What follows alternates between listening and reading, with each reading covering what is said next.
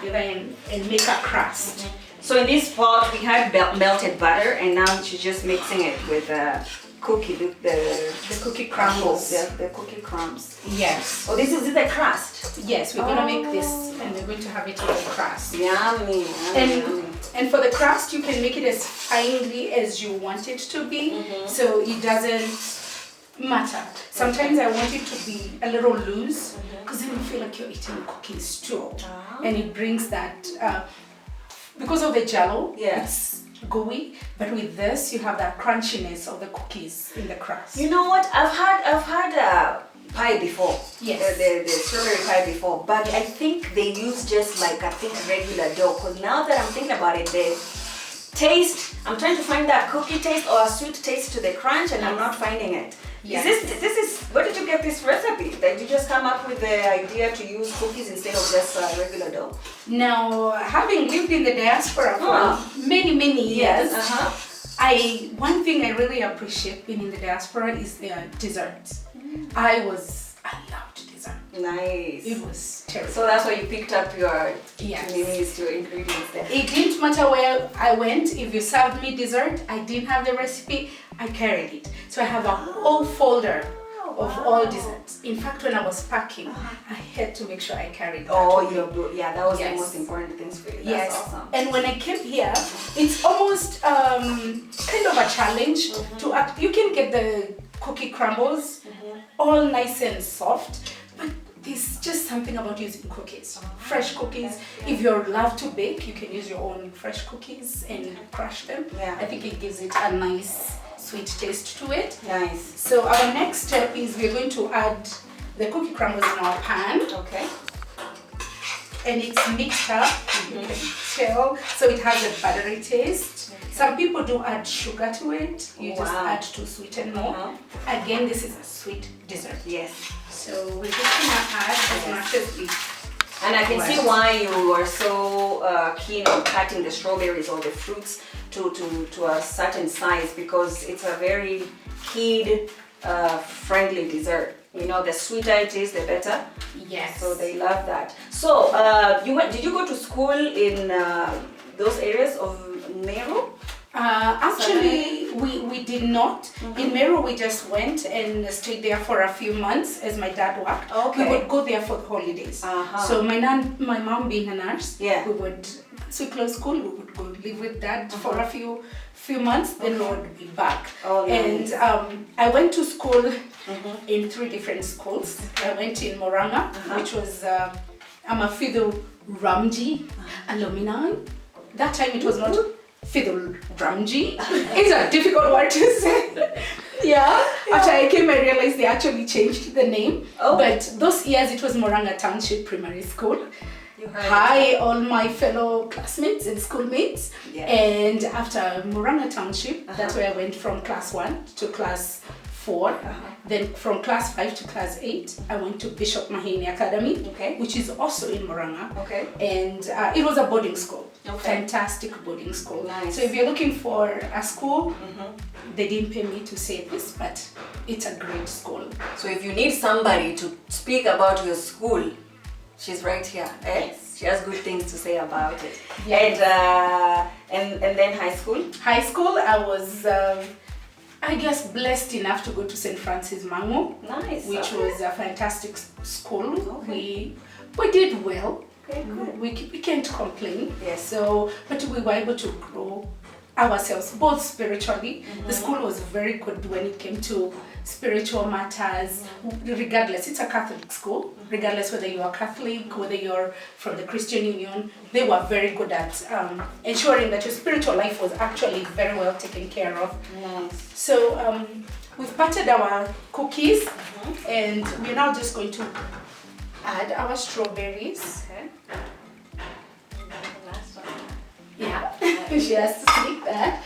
And then just stir them? Yes, you just mix them up. Mix them up? Okay. Yes. Oh, and then we're gonna just be putting this right on there. Yes, we're just going to pour them on top. You trust me enough to do it? I don't know. You get it without it doesn't mean like that was me, no? Yes. So So as you can tell, it's changed colors. We have our strawberries. And the smell, my goodness, it's Good. it just smells so good, so sweet. Yeah. And so now all we need to do is we're just gonna pour them.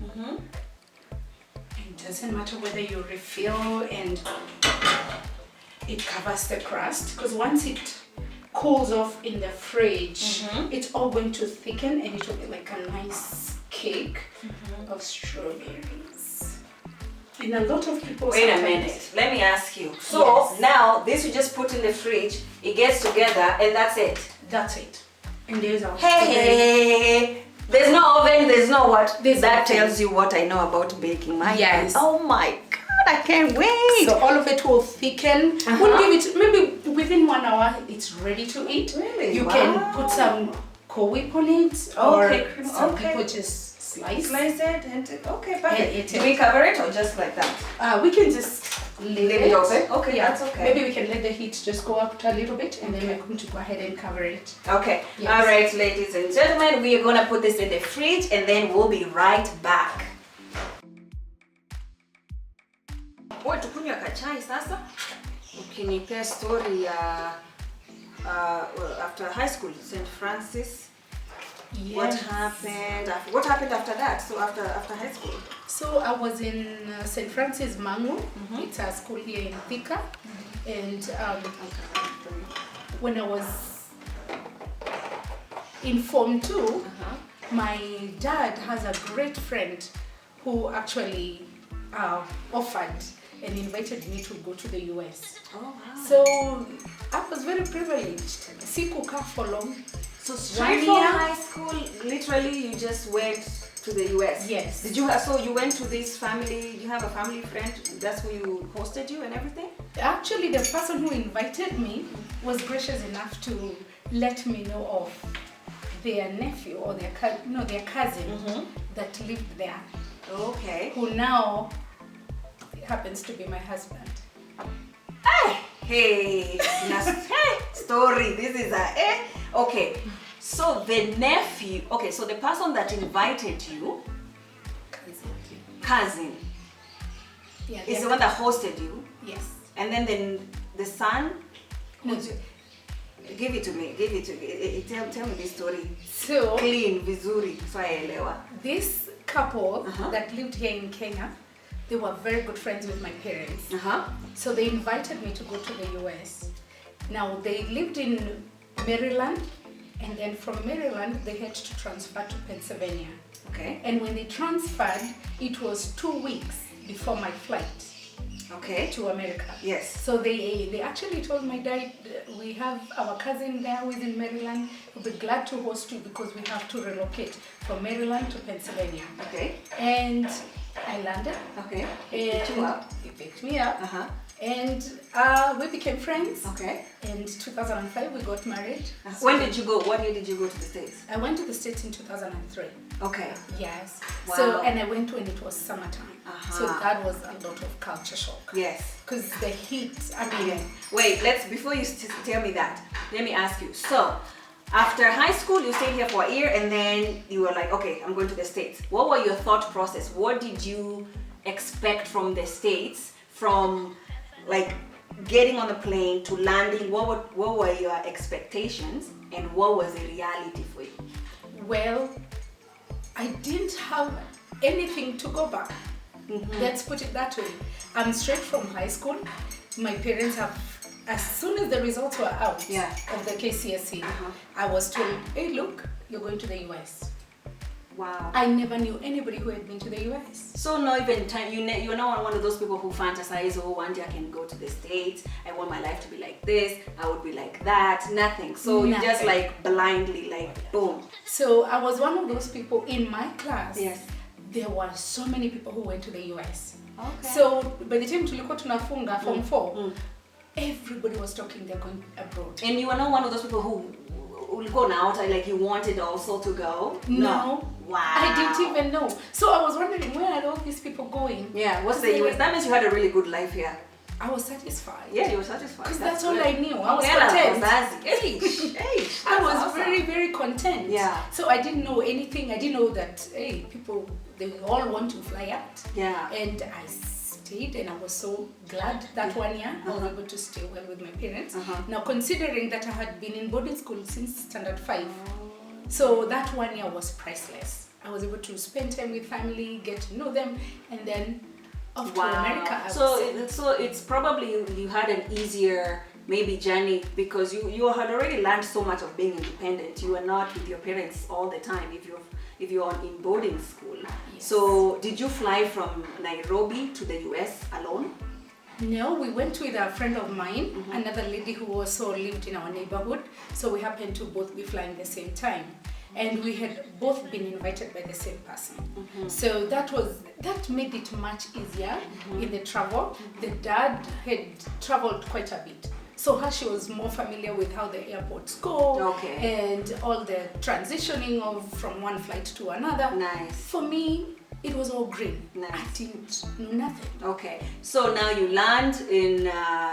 Do you remember your route? Was it Nairobi to where?